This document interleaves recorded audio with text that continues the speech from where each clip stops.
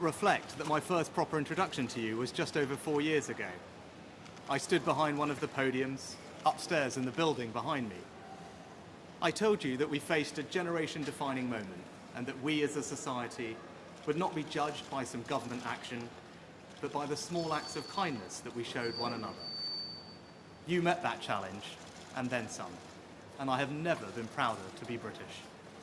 And when I introduced the furlough scheme, I did so not because I saw a country simply in need of desperate help, albeit we were, but because I saw a country whose future hung in the balance.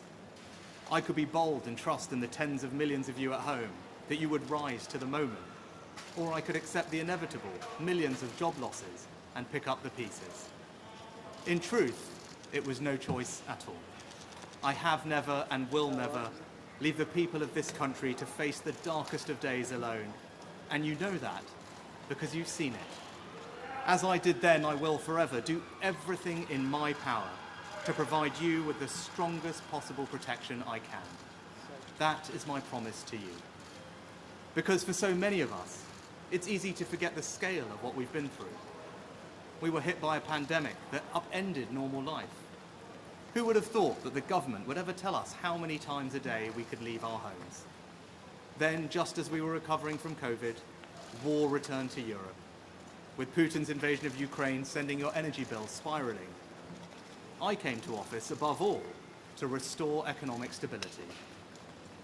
Economic stability is the bedrock of any future success, whether that is rising wages and good jobs, investment in our public services, or the defence of the country. And because of our collective sacrifice and your hard work, we have reached 2 major milestones in delivering that stability, showing that when we work together, anything is possible. Our economy is now growing faster than anyone predicted, outpacing Germany, France, and the United States. And this morning it was confirmed that inflation is back to normal.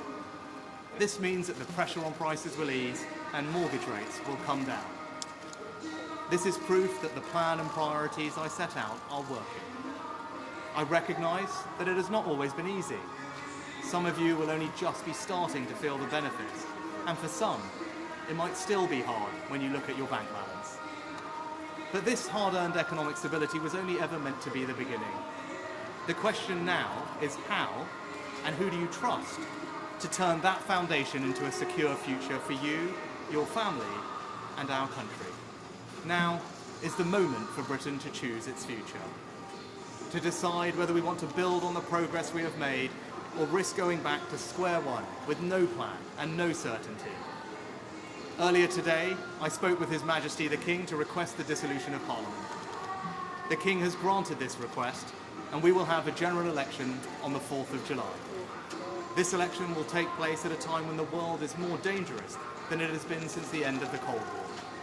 Putin's Russia is waging a brutal war in Ukraine, and will not stop there if he succeeds. That war has also made it all too clear the risk to our energy security. In the Middle East, the forces of Islamist extremism threaten regional and ultimately global stability. These tensions are exploited by extremists who seek to undermine our values and divide our society here at home. China is looking to dominate the 21st century by stealing a lead in technology.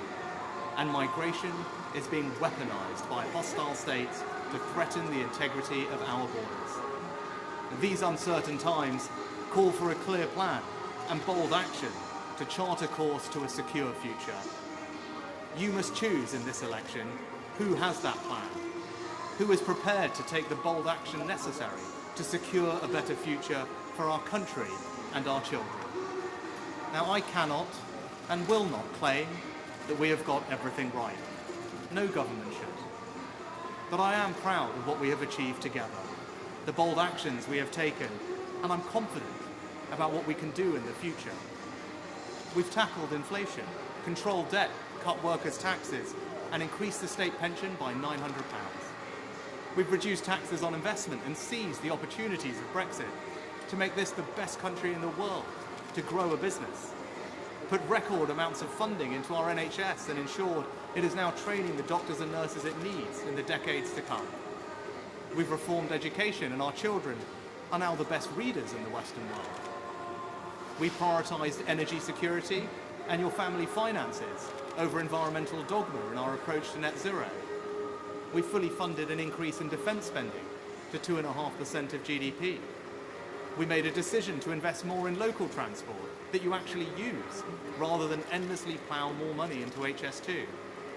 We set out a comprehensive plan to reform our welfare system, to make it fair for those who pay for it as well as those who need it. Immigration is finally coming down, and we are stopping the boats with our Rwanda partnership. And we will ensure that the next generation grows up smoke-free.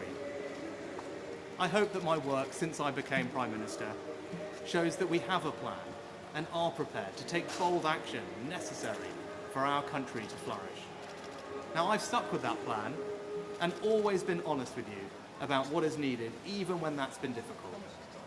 Because I'm guided by doing what is right for our country, not what is easy. Now, I can't say the same thing for the Labour Party, because I don't know what they offer. And in truth, I don't think you know either. And that's because they have no plan. There is no bold action. And as a result, the future can only be uncertain with them. On the 5th of July, either Keir Starmer or I will be Prime Minister. He has shown time and time again that he will take the easy way out and do anything to get power. If he was happy to abandon all the promises he made to become Labour leader once he got the job, how can you know that he won't do exactly the same thing if he were to become Prime Minister? If you don't have the conviction to stick to anything you say, if you don't have the courage to tell people what you want to do, and if you don't have a plan, how can you possibly be trusted to lead our country, especially at this most uncertain of times? Over the next few weeks, I will fight for every vote. I will earn your trust, and I will prove to you that only a Conservative government led by me will not put our hard-earned economic stability at risk, can restore pride and confidence in our country, and with a clear plan and bold action, will deliver a secure future for you, your family, and our United Kingdom.